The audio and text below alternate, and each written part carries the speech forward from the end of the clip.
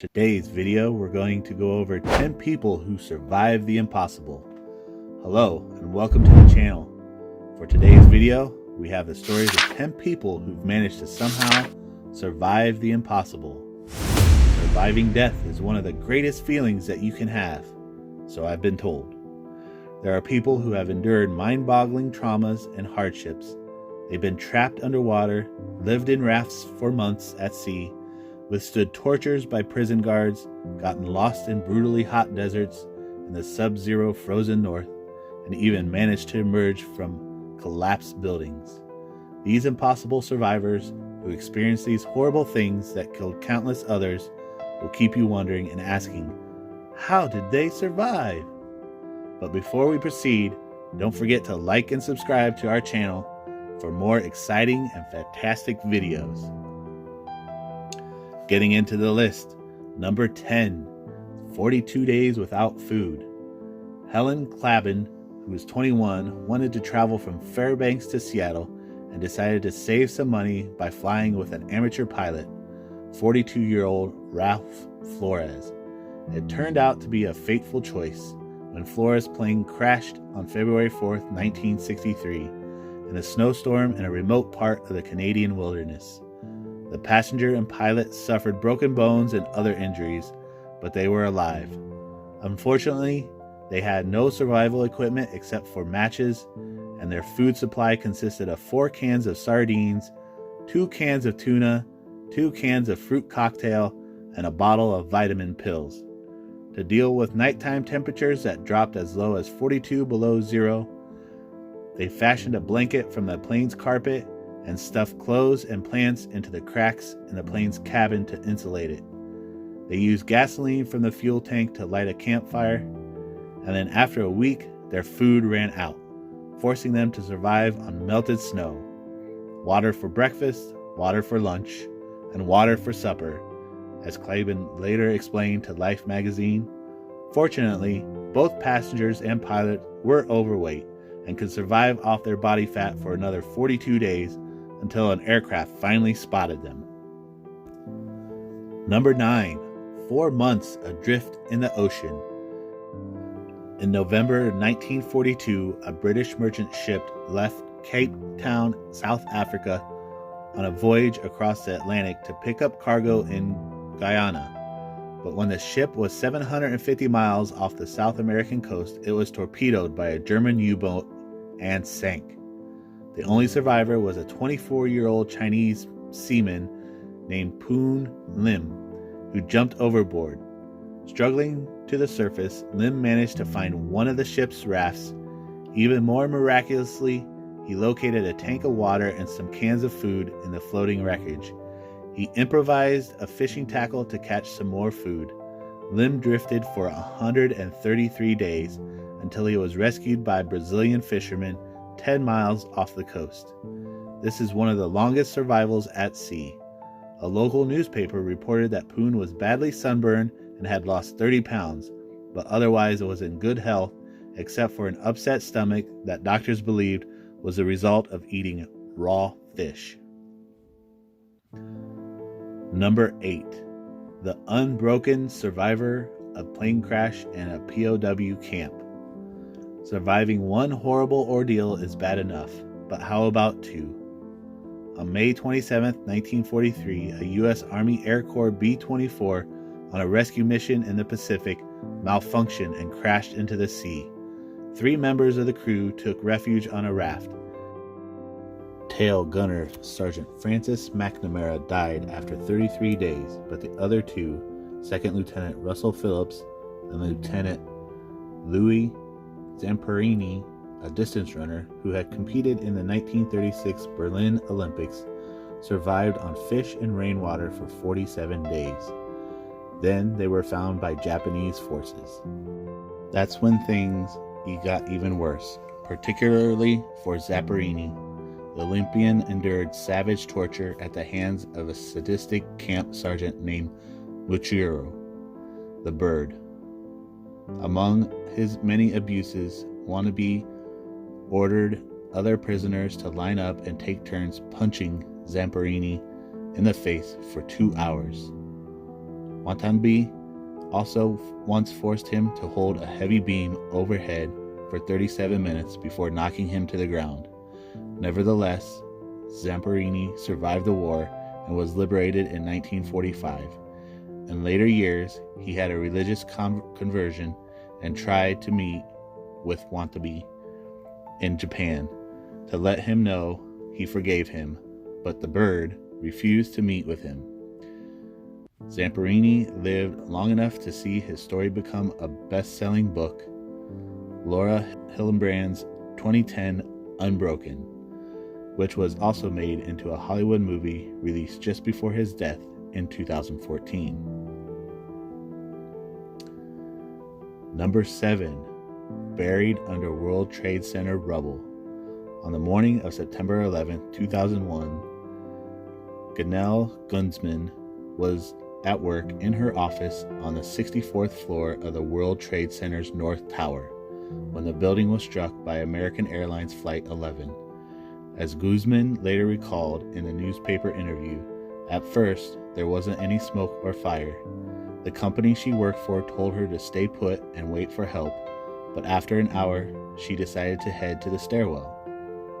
When she descended to the 13th floor, Guzman bent over to take off her shoe, and then suddenly a wall collapsed on her. Her feet were pinned, with her head trapped between two pieces of concrete. The only thing she could move was her left hand. She opened her eyes, but everything around her was black.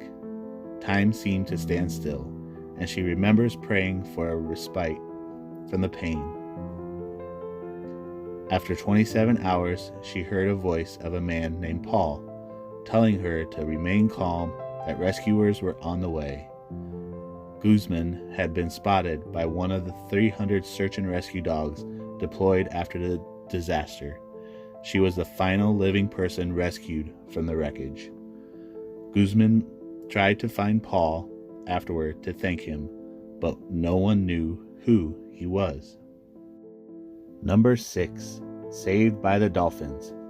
On 28 August 2007, Todd Endress, who was born in 1983, was involved in a shark bite incident. He was bit 3 times by a 12-foot-long white shark while surfing. During the attack, a group of dolphins formed a circle to prevent the shark from attacking him. Endress was aided to the shore by fellow surfers and the dolphins. He lost half of his blood and had over 500 stitches and 200 staples to fix his injuries. The incident gave way for the name Shark Boy and many other opportunities. Some of the opportunities included a call to feature in the Oprah Winfrey Show, free surfboard, clothing from a renowned designer, and a documentary on Animal Planet TV were also part of his benefits. Number 5 on this list is escaped a Soviet Gulag. Slavomir Rozwitz, a young Polish cavalry officer, was called up to defend his country against the Nazi and Soviet invasions that started World War II.